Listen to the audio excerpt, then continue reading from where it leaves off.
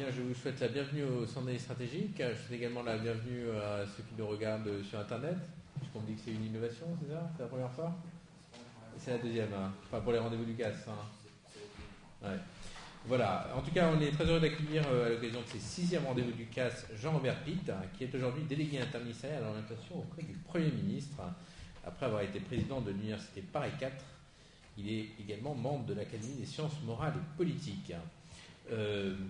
Mais contrairement à ce que pourrait laisser penser ce parcours académique brillant, c'est quelqu'un qui n'a pas sa langue dans sa poche, qui a l'habitude de dire ce qu'il pense. On s'en souvient, notamment lors des mouvements étudiants des années 2006 et 2009, où il soulignait en particulier, un sujet qui nous intéresse aujourd'hui, la difficulté de choix de nombre d'étudiants qui se dirigeaient vers des filières sans réel débouché ou sans rapport avec leurs aptitudes et leurs aspirations. Problème constant du système éducatif français, qui d'ailleurs a amené à la création de cette délégation interministérielle à l'orientation, dont Jean-Robert Pitt va nous parler entre autres choses. Trouver sa voie n'a rien d'une évidence. Pendant longtemps, ça allait un peu le choix, on connaissait la voie de ses parents, on avait des voies qui étaient toutes tracées, et puis au fur et à mesure que s'est faite la massification de l'enseignement supérieur, au fur et à mesure que s'est complexifiée la carte des formations, la carte des formations, la carte des établissements, c'est devenu une sorte de parcours d'initié avec des résultats plus ou moins bons, et notamment l'un qui est bien connu, qui est que ce sont souvent les enfants d'enseignants qui sont le mieux guidés et qui ont plus de facilité pour s'orienter, mais que d'autres, n'ayant pas les mêmes facilités, se trouvent devant ce maquis avec de très grandes difficultés. Et c'est un défi qui est évidemment essentiel de relever, autant que la qualité des études, celle de l'orientation est finalement tout aussi importante pour réussir à faire en sorte que chaque élève trouve la voie qui lui convienne et celle qui lui permettra de réussir. De plus, il y a certaines spécificités de la situation française qui rendent ce défi particulièrement aigu.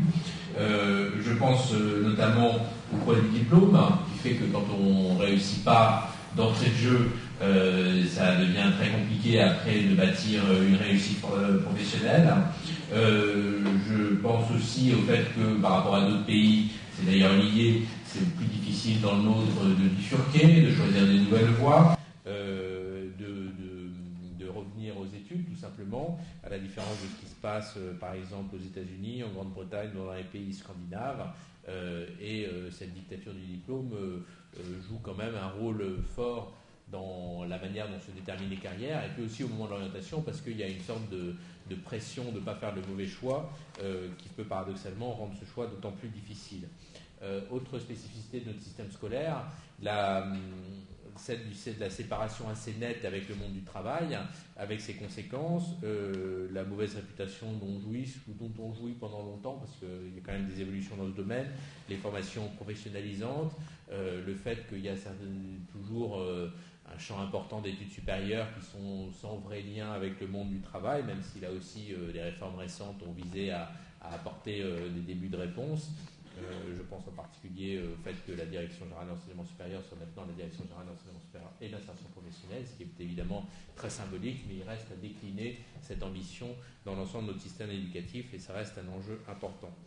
Je voudrais aussi d'ailleurs à ce sujet souligner et revenir un peu aux publications du Centre d'analyse stratégique et souligner que c'est un point sur lequel on s'est penché avec différents angles de vue, notamment avec l'une dans laquelle on a regardé justement l'insertion professionnelle des jeunes, avec un double constat paradoxal qui est que le fait de spécialiser de plus en plus, notamment les formations professionnelles, apparaît une réponse pour que les jeunes soient le plus employables possible, et en même temps c'est parfois une réponse qui est malvenue, parce que finalement les jeunes, ce qu'il faut aussi, c'est leur donner de la souplesse, la capacité à se réorienter. On sait qu'au bout de 5 ans, un jeune sur 2 aura changé finalement de domaine. On sait, et c'était le sujet d'une autre note du Centre d'analyse stratégique, que les compétences transversales ou transférables, celles qu'on peut emporter avec soi d'un secteur à un autre, sont tout aussi importantes que les spécialisations techniques qu'on peut obtenir au terme de sa formation.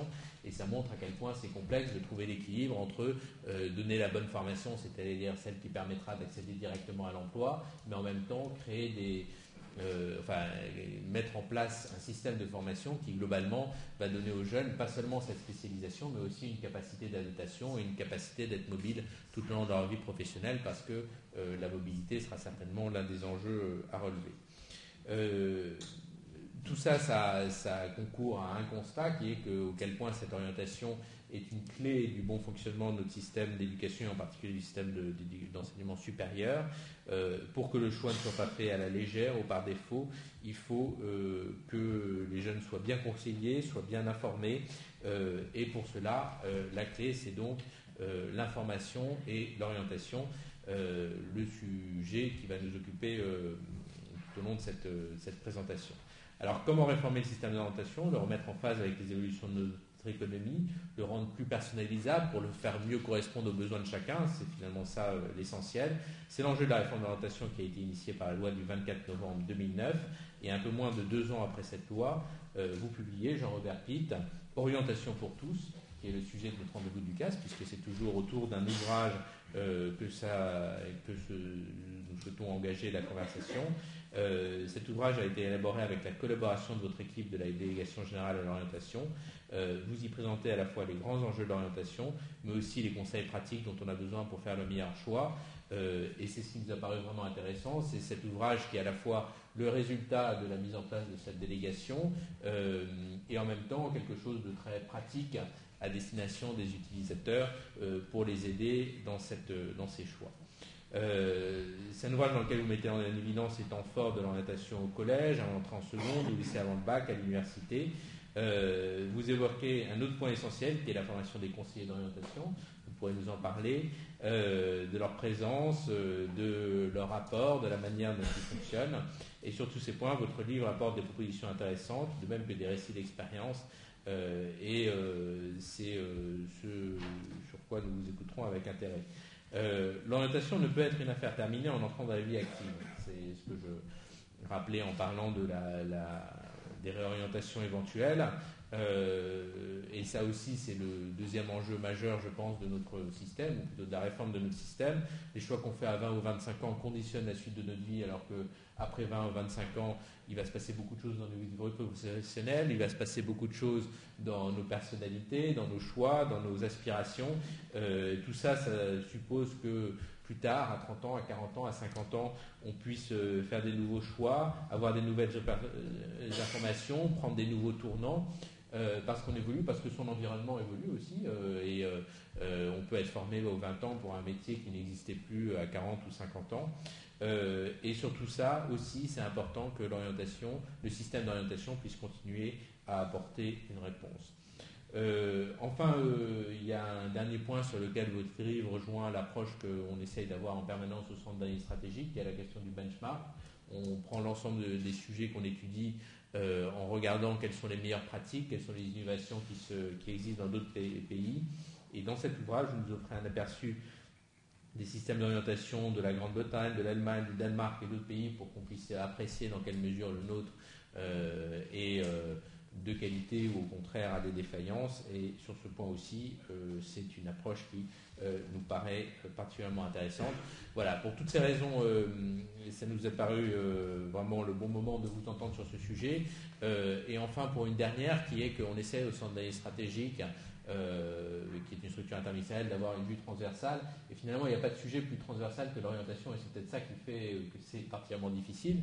C'est d'ailleurs pour ça qu'on a fait une délégation interministérielle. C'est quelque chose qui est vraiment au carrefour entre le fonctionnement du système éducatif, le monde professionnel, les choix individuels, mais en même temps, c'est des choix individuels qui doivent répondre aux aspirations des jeunes, mais on ne peut pas être uniquement sur leurs aspirations sans savoir aussi quelles sont les attentes et les besoins de l'économie, de la société pour pouvoir les orienter en fonction de ça. Je pense que c'est une des raisons pour lesquelles on a autant de mal à réussir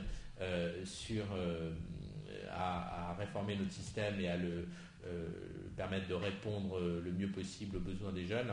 Mais je ne doute pas que vous avez toutes les réponses et que vous allez nous les donner dans quelques instants. Merci beaucoup, Jean.